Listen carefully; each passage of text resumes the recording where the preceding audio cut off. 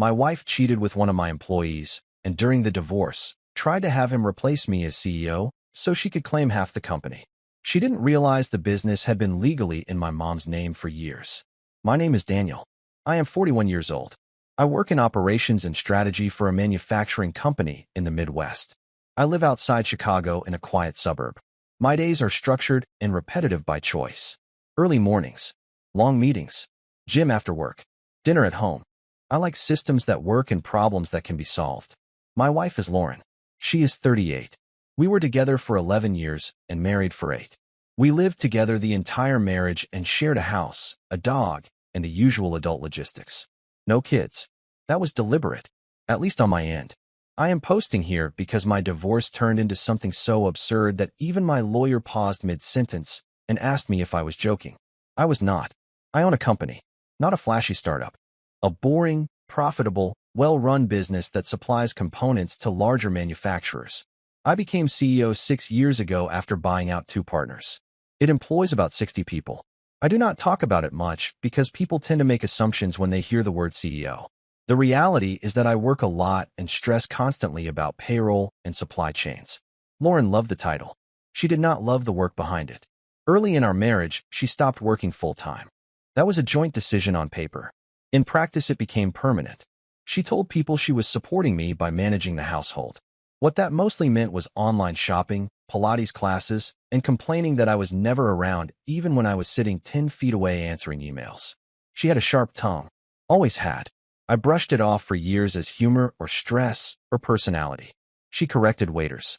She talked down to contractors. She referred to my employees as my people in a way that never sat right with me. If I pushed back, she accused me of being sensitive. The problems escalated last year when she started showing unusual interest in my office, dropping by unannounced, lingering after meetings, asking pointed questions about who did what and who reported to whom. At the time, I thought she was bored.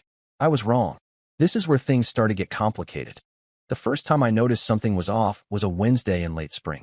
I had a vendor call that ran long, so I skipped lunch and ate at my desk. Around 2, my assistant told me Lauren was in the lobby.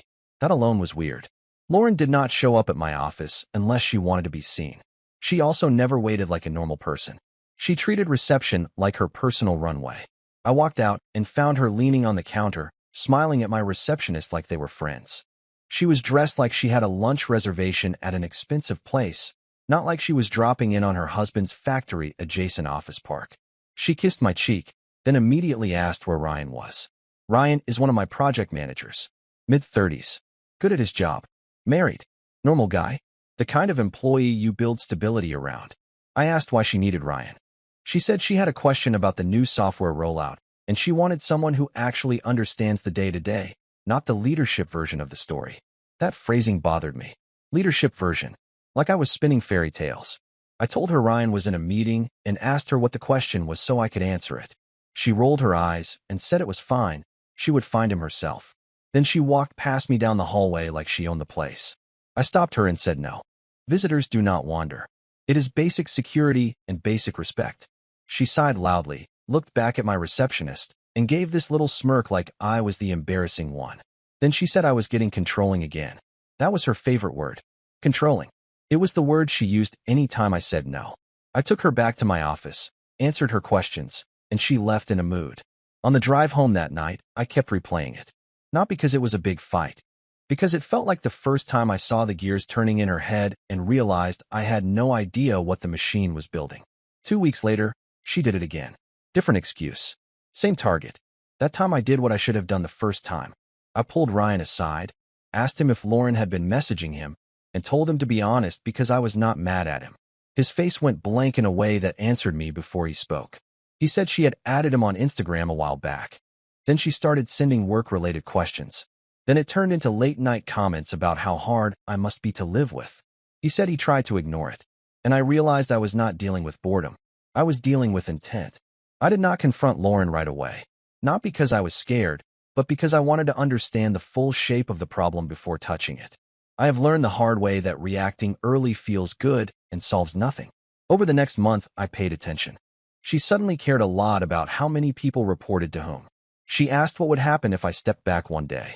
She made comments about how certain employees had leadership potential if they were given a chance. Ryan's name came up more than once, always framed as an observation, never a suggestion. She also got meaner.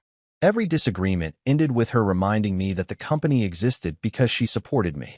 If I disagreed, she accused me of rewriting history. She started correcting me in front of friends when I talked about work. She told people I was lucky she handled the emotional labor so I could focus on being important. One night over dinner, she said something that finally snapped things into focus. She said, half joking, that if I ever burned out, she would make sure the company stayed in good hands. I asked what that meant. She said someone younger, more energetic, someone who actually listens. She smiled when she said it. That night, I checked our shared iPad. I was not proud of it, but I was past pride. Her messages to Ryan were no longer ambiguous. They were flirtatious, resentful, conspiratorial. They framed me as an obstacle, not a husband, not a partner, a bottleneck. I confronted her the next morning, calmly, directly. She did not deny the affair. She said it happened because I was emotionally unavailable and too obsessed with control. She said Ryan made her feel seen. She said if I was a better husband, she would not have needed validation elsewhere. Then she said something that chilled me. She said during the divorce, she would make sure she got what she deserved. At the time, I thought she meant money. I did not yet understand she meant the company itself. I filed for divorce the following week. No ultimatum. No trial separation. No dramatic showdown. I called an attorney, gathered documents, and served her papers on a Tuesday afternoon while she was out getting her hair done. By the time she came home, it was already in motion. She laughed when she saw the envelope. She actually laughed and said I was overreacting and that we could work through it once I calmed down. When I told her I was done, the laughter stopped and the tone shifted instantly. She went cold and precise, like a switch flipped. Within days, she had her own attorney, and the posture changed completely. She stopped talking about the marriage and started talking about entitlement, about sacrifice, about her contribution to my success, about what she would take me for. Then Ryan resigned. Not quietly. He sent an email to the entire leadership team thanking me for the opportunity and announcing he was moving on to something more aligned with his values. That phrase alone told me everything I needed to know. 2 weeks later, I learned what Lauren had been planning. Her attorney filed a motion requesting that Ryan be appointed interim CEO during the divorce proceedings. The argument was that I was emotionally compromised, distracted, and no longer fit to manage day-to-day operations while assets were being divided. The filing cited her involvement in the business, her advisory role, and her relationship with key personnel. Yes, they openly referenced the affair. Lauren believed that if Ryan replaced me temporarily, she could argue that the company's ongoing success was no longer tied to me specifically. That would make it a marital asset subject to equal division. She thought she was being clever. What she did not know was that the business was never legally mine in the first place. The company has been in my mother's name since before I ever became CEO. That was not some last-minute shell game or a panic move. It was a boring, conservative decision made years ago with lawyers and accountants involved, for reasons that had nothing to do with divorce and everything to do with risk. When my dad died, my mom inherited his share. When I bought out the other partners later, we kept the ownership structure exactly where it was. I ran the company. I signed checks. I made decisions. But legally, the entity sat under her name and a family trust. I was paid as an executive. Well paid, but not the owner. Lauren never asked. She assumed. Her attorney clearly assumed too. The first time her lawyer realized something was off was during discovery.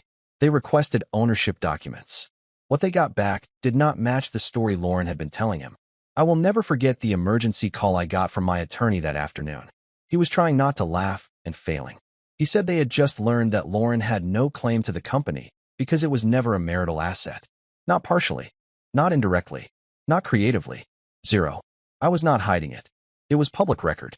The next hearing was the first time I saw real panic on Lauren's face. Her entire strategy collapsed in real time.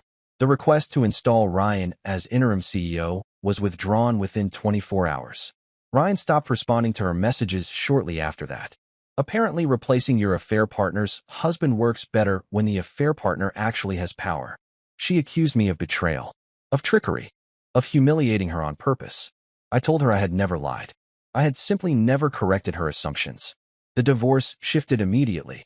What was supposed to be a power grab turned into damage control.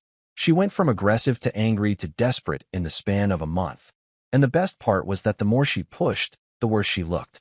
Judges do not love theatrical entitlement, especially when it is paired with documented infidelity and a failed corporate coup.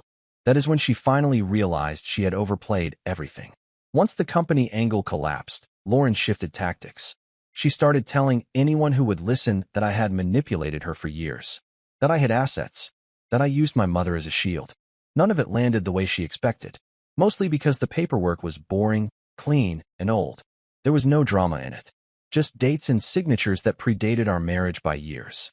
By then, she was no longer living in the house. After the interim CEO stunt failed and her attorney quietly withdrew the motion, I had my lawyer file for exclusive use of the marital home. The argument was straightforward. She was not working. She had no financial stake in the business. She had introduced an employee into our personal life in a way that created ongoing conflict. I needed stability to continue running operations. The judge agreed faster than I expected. Lauren was given 30 days to move out. She acted shocked, like this was a betrayal rather than a consequence. She told friends I threw her out. She told her parents I blindsided her. In reality, she packed slowly, loudly, and with commentary, making sure I heard every cabinet slam and muttered insult. The day she left, she stood in the doorway and told me I would regret humiliating her.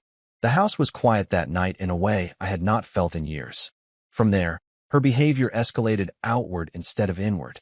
Since she could no longer control the space, she tried to control the story. The accusations got louder. The version of events got sloppier. She demanded spousal support based on a lifestyle she assumed she was still entitled to, despite no longer having access to it. Her own attorney shut that down quickly. Meanwhile, Ryan vanished. Once it became clear he was not getting a promotion, power, or protection, he stopped responding to her messages. Apparently, ambition only looks attractive when it comes with an office and authority attached. That realization hit her harder than anything else. By the time she understood she had lost the house, the company, and the narrative, there was nothing left to leverage. Just a standard divorce proceeding and a long list of burned bridges she could no longer cross back over. Once Lauren was out of the house, the illusion that she still had control started to crack in visible ways. She began sending long emails. Not to me directly at first, but to my attorney, copied to hers, framed like position statements and written in the tone of someone who believed volume could substitute for leverage. Each message revisited the same themes: betrayal, deception, emotional cruelty. She kept insisting that the company was the real issue, even after being told repeatedly that it was not on the table. It was like watching someone argue with a door that had already closed. She also started showing up places she did not need to be. Mutual friends' events, charity functions she had never cared about before. She made sure to mention the divorce loudly, always within earshot of people who might repeat it. The story changed slightly each time, which is usually how you can tell someone is panicking. At work, things stabilized quickly. Ryan never tried to return. HR informed me he had taken a position at a smaller firm in another state. I did not interfere. I did not comment. I simply instructed management to route all questions through proper channels and move on. The board backed me without hesitation. That was not loyalty. That was relief. Lauren, meanwhile, kept expecting a dramatic response from me. A phone call, a confrontation, some sign that she still mattered enough to provoke emotion. When that did not happen, she escalated again. She filed a motion claiming I was intentionally delaying settlement to punish her. The judge dismissed it in under 10 minutes. That was the first time she cried in court. Not quietly, not gracefully, loud enough that the bailiff shifted in his seat. She looked around the room like she was waiting for someone to rescue her, to validate her outrage, to agree that this was unfair. No one did. After that hearing, her attorney requested a private recess. When they came back, the tone changed completely. No more threats. No more grandstanding. Just numbers and logistics and an obvious desire to end things before more damage occurred. I signed the settlement 2 weeks later. No company, no control, no last word. Just an ending she never planned for and could not rewrite. And for the first time since all of this began, I slept through the night. The weeks after the settlement were quiet in a way that felt earned. Lauren tried to break that silence a few times. Not directly. She would send messages through mutual acquaintances, framed as concern, asking if I was okay, saying she hoped there were no hard feelings. The same woman who once tried to remove me from my own company now wanted a soft landing for her conscience. I did not respond. The house felt different without her presence. Not empty. Clear. I repainted rooms she had insisted stay neutral. I replaced furniture she picked because it looked expensive instead of comfortable. The dog relaxed in ways I had not noticed were missing. Even my mornings felt lighter. Less tension. Fewer calculations. At work, people stopped whispering. The rumors faded once it became obvious there was no scandal left to uncover. No secret ownership tricks. No implosion. Just a failed attempt that ended quietly and decisively. The company kept running. Orders shipped. Payroll cleared. Life went on, which is the one thing Lauren never planned for. I did hear one update I did not ask for. Ryan's new job did not last long. Apparently, he struggled without the structure he used to complain about. He was not a visionary. He was a middle manager who confused proximity to power with capability. When that illusion disappeared, so did his confidence. Lauren, according to a friend who probably should have kept it to herself, was furious about that. She told people he had wasted her time, that he had promised things he could not deliver. It was strange hearing her describe him the same way she once described me. I changed my number after that. Not out of fear, out of finality. The divorce was over on paper, but emotionally it did not truly end until I stopped being available as a reference point for her anger. Once she could no longer point at me as the reason her life stalled, she had to sit with the consequences alone. That part, I suspect, hurt the most. The only loose end left was Lauren herself. About 3 months after everything was finalized, she emailed me from a new address. The subject line was neutral, something about logistics. I almost did not open it. The message was long and carefully written. She said she had been doing a lot of reflecting. She said the divorce had been a wake-up call. She said she felt misled by people who encouraged her worst instincts. She did not name Ryan, but she did not have to. She asked if we could meet for coffee to talk like adults and get closure. I showed the email to my attorney. He smiled and told me there was nothing legally required of me anymore. No reason to respond. No benefit to engaging. I still thought about it for a full day, not because I missed her, because part of me wanted to see if she understood what she had actually done, whether there was any accountability hiding under the new language. Then I realized something important. Closure was what she wanted, not what I needed. She wanted to walk away believing this ended with mutual understanding instead of consequences. She wanted a conversation where she could soften the narrative one last time and leave feeling justified. I had already given her enough space in my life. I did not reply. She sent one more email a week later. Shorter, sharper, asking if I was really going to ignore her after everything we shared. That confirmed the decision for me. At work, we finalized a long-delayed expansion project. My mom came by the office one afternoon, something she rarely does, and congratulated the team. Watching her talk to employees who respected her and the company reminded me why the ownership structure existed in the first place. Not to protect me from Lauren, to protect the business from chaos. Lauren had been chaos.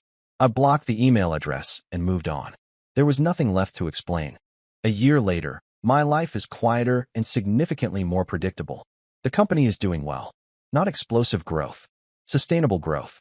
The kind that lets people sleep at night. I promoted 2 internal leads who had earned it long before the chaos. Morale recovered once everyone realized the drama was not coming back. I still live in the same house.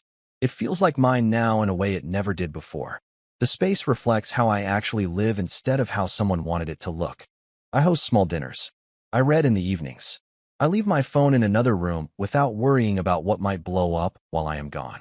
Lauren moved out of state. I heard that through my mother, who heard it from someone else entirely. That detail matters because it means she is no longer orbiting my life in any way. No shared circles. No chance encounters. No updates unless I go looking for them. I did not.